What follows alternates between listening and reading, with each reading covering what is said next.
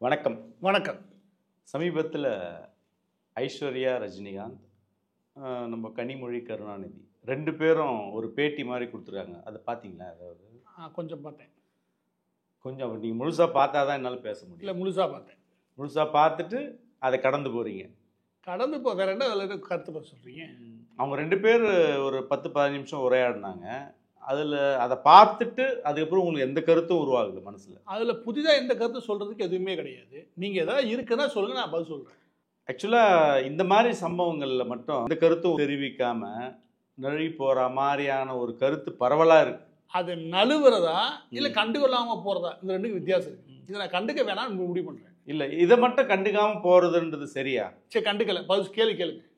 இப்போ என்னோட கேள்வி என்னென்னா, அதில் 2 பேரோட ஒரு 10-15 நிமிஷம் பேச்சில் ஒரு இடத்துல வந்து அவங்க சொல்கிறாங்க, கனிமொழி சொல்கிறாங்க, ரஜினி அரசியலுக்கு வர அந்த மாதிரி காலகட்டத்தில் ஐஸ்வர்யா வந்து எனக்கு பிரச்சாரம் பண்ணுறதுக்கு வரேன்னு சொல்லி ரொம்ப வற்புறுத்துனாங்க. நான் தான் ஐயோ வேண்டாம் அப்படின்னு சொல்லி சொன்னேன்றேன். இது எந்த கோணத்தில் பார்க்குறது, நீங்கள் எப்படி புரிஞ்சுக்கிறீங்க இதை? இங்கே பாருங்க, ஐஸ்வர்யா ரஜினிகாந்த் அவர்களுடைய கருத்துன்றது ரஜினிகாந்த் அவர்களுடைய கருத்து கிடையாது. ஐஸ்வர்யா ரஜினிகாந்த்ன்ற ஒரு தனி மனுஷி. அவங்களுக்கு பிடிச்சதை அவங்க செய்கிறாங்க, அது அவங்க இஷ்டம். அதே நேரம் ஐஸ்வர்யா ரஜினிகாந்த் அவருடைய கருத்து எல்லாமே ரஜினிகாந்த் அவருடைய கருத்து தான். அதை நம்ம அப்படியே எடுத்துட்டு போவோன்ற அளவுக்கு இங்க யாரும் பெரிய மூடர்கள்லாம் கிடையாது. 4-5 பேர் அப்படி இருக்கலாமே தவிர பெரும்பாலான மனிதர்கள் சுய புத்தி உடையவர். அந்த இடத்துல ரஜினிகாந்த் அவர்களுடைய குரலுக்கு தான் இங்க மதிப்பு உண்டே தவிர அவருடைய பெயரை சுமந்து வரக்கூடிய எல்லா பேருக்குமெல்லாம் கிடையாது. அது நீங்க பைலாப்படி வேணா போலாமே தவிர சமூகத்துல அது எடுபடுமான்னு கேட்டீங்கன்னா அது அந்த அளவுக்கு எடுபடுறதுக்கான வாய்ப்புகள் கிடையாது. எனவேதான் இதுக்கு அதிக முக்கியத்துவம் கொடுக்க வேணாமே அப்படின்ற எண்ணமே தவிர அந்த கருத்தோட நான் உடன்பட்டு போறேன்னு அர்த்தம் காது. ஐஸ்வர்யா ரஜினிகாந்த் அவருடைய குறிப்பிட்ட கருத்து அதுதான் நீங்க கேட்கறீங்க, வெளிப்படையா அதான் கேட்க விரும்புறீங்க.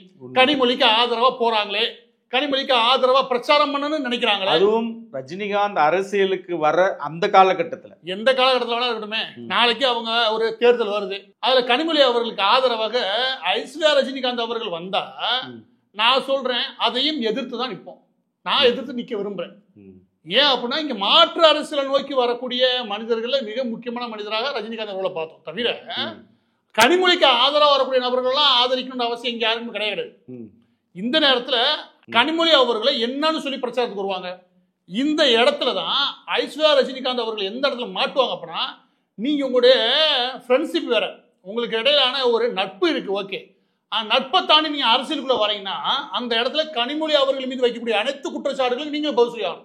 ஏன்னா நீங்க தான் ஆதரவாக மக்கள்கிட்ட வந்து குரல் கொடுக்குறீங்க, ஆதரவாக மக்கள்கிட்ட வந்து பேச விரும்புறீங்கன்னா அது எல்லாத்துக்கும் நீங்களும் பதில் சொல்லி ஆகணும். அந்த இடத்துல கேள்வி கேட்காம நான் இருந்திருந்தேன்னா நீங்க என்ன கேள்வி கேட்க, அந்த இடத்துல எல்லா விதமான கேள்வியும் கேட்கப்படும். அந்த கேள்வி எல்லாத்துக்குமே கனிமொழி அவர்கள் மட்டும் கிடையாது, ஐஸ்வர்யா ரஜினிகாந்த் அவர்களும் பதில் சொல்லி ஆகணும். இது எனக்கு தேவையில்லாத வேலை. யாருக்கு? ஐஸ்வர்யா ரஜினிகாந்த் அவர்களுக்கு தேவையில்லாத வேலை.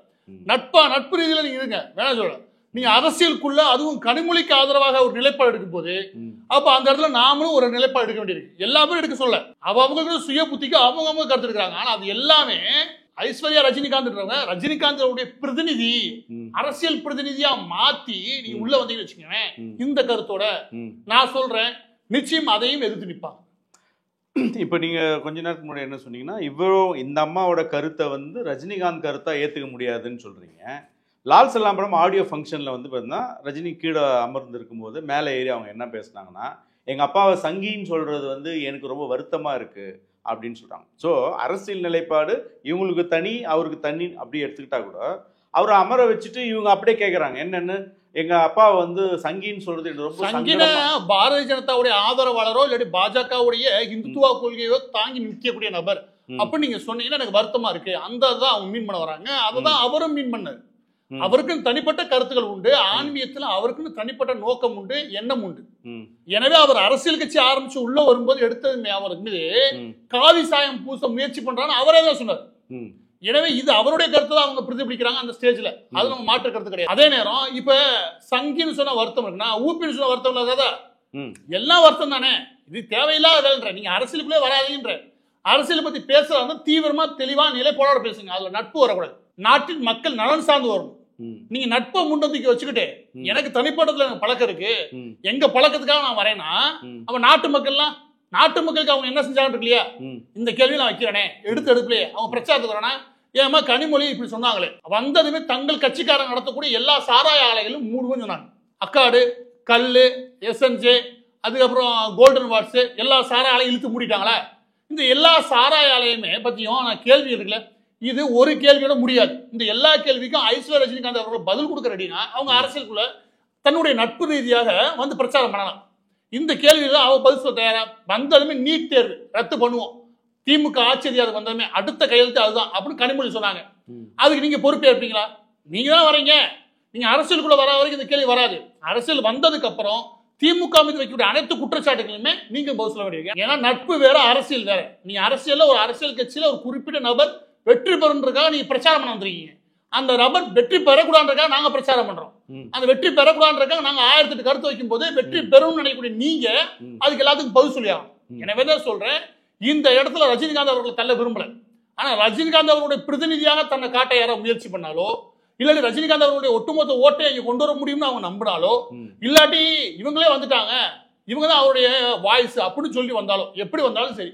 ஆனா கனிமொழிக்கு ஆதரவு வந்தா எதிர்த்து தான் குரல் வரும், எதிர்த்து தான் என்னோட குரல் வரும்.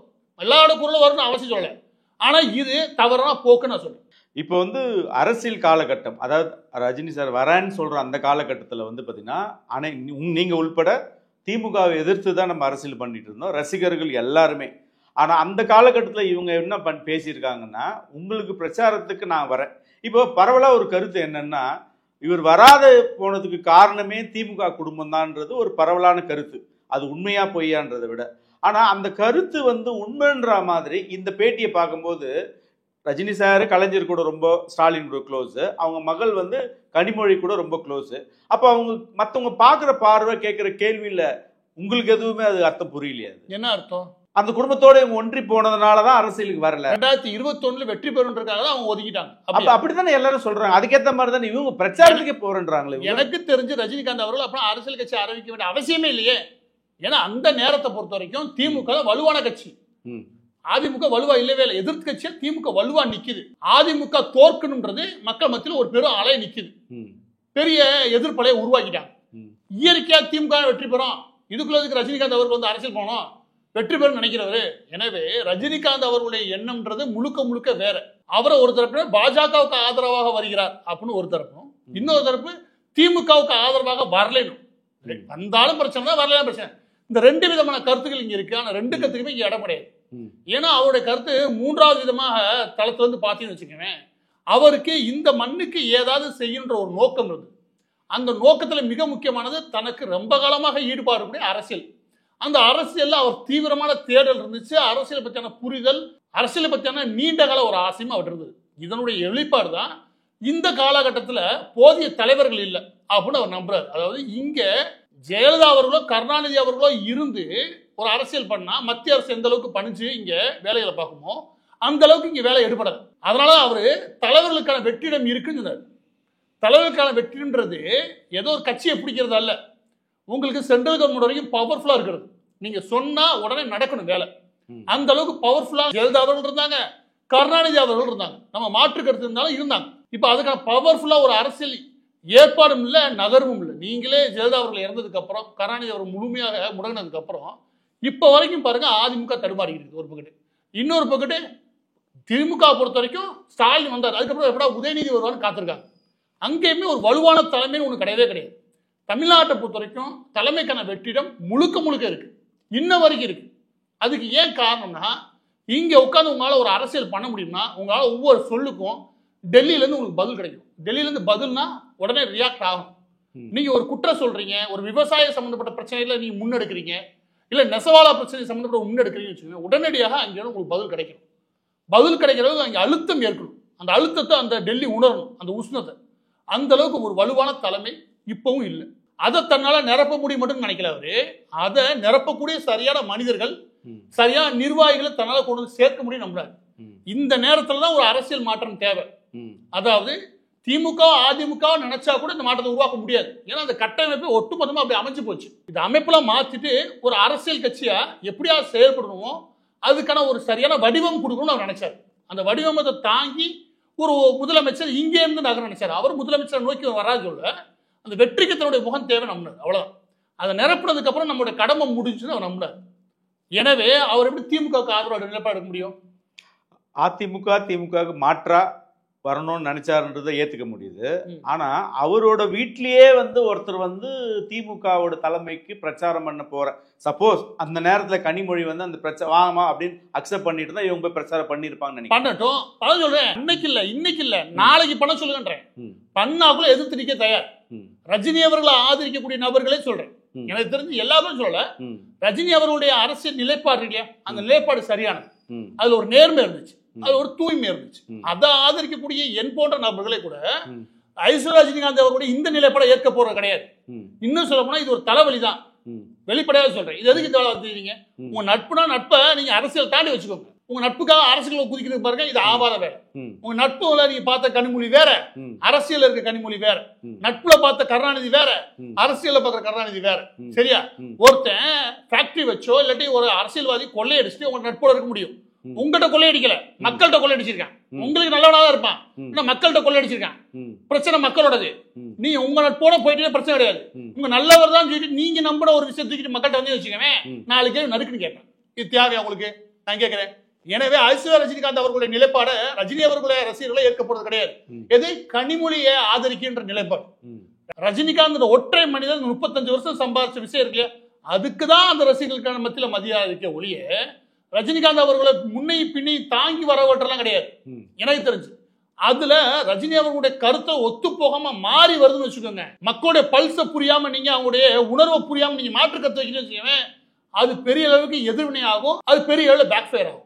இதுதான் இப்ப ஐஸ்வர்யா ரஜினிகாந்த் அவர் விவகாரம் நடக்குது. அந்த காலகட்டத்தில் வந்து கனிமொழி சிறை சென்றது எதுக்காக சென்றாங்கன்றது அனைவருக்கும் தெரியும். அந்த காலகட்டத்தில் வந்து அக்கா கனிமொழிக்காக தங்கச்சி ஐஸ்வர்யா வந்து ரொம்ப வருத்தப்பட்டாங்களாம்.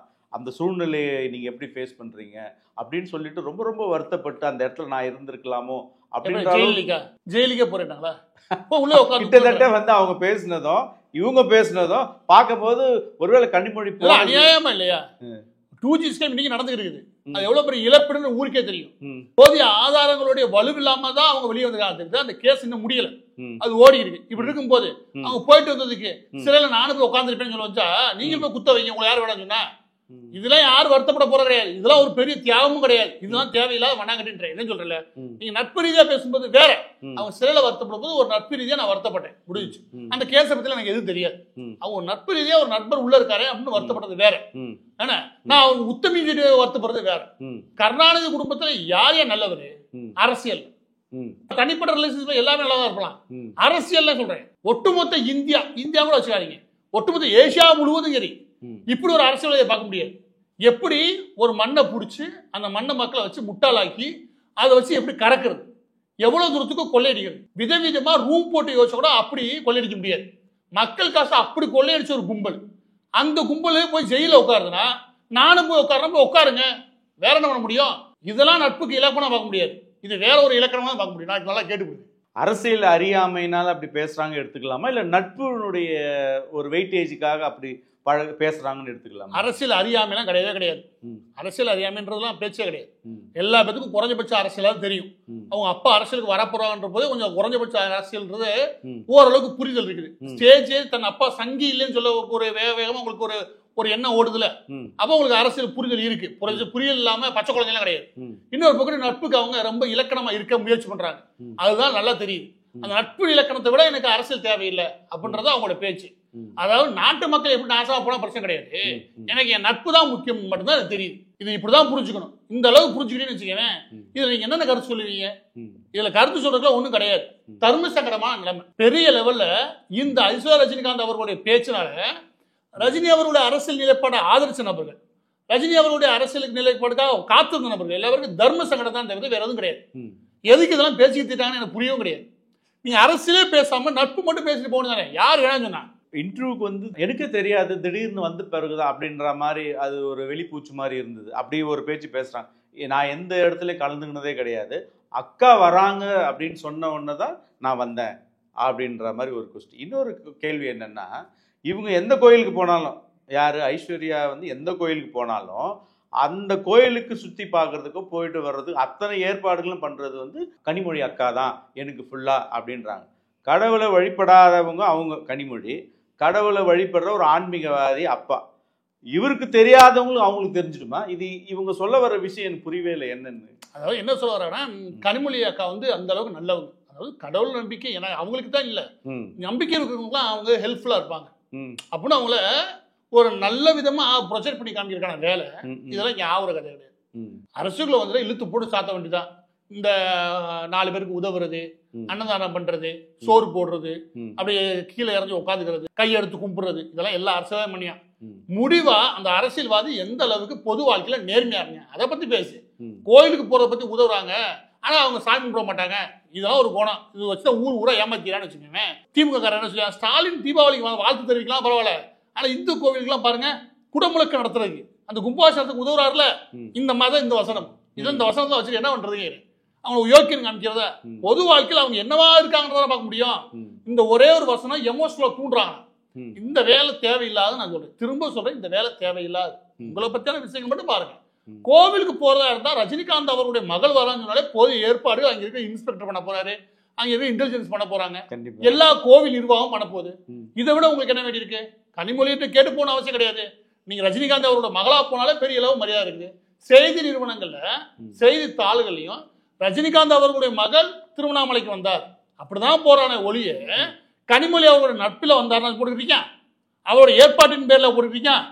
அப்ப தெரிஞ்சுக்கணும் நமக்கு என்ன அடையாளம் இருக்குது, நமக்கு அங்க என்னனால மரியாதை கிடைக்குது. எனவே இதெல்லாம் அவசியம் இல்லாத கருத்து. இதுக்கு உட்காந்து பேசுறது அதோட அவசியம் இல்லாத. சரி, முடிவாக என்ன சொல்ல வரீங்க? இது மொத்த பேட்டியும் தேவையில்லாத பேட்டி. நன்றி, வணக்கம். நன்றி.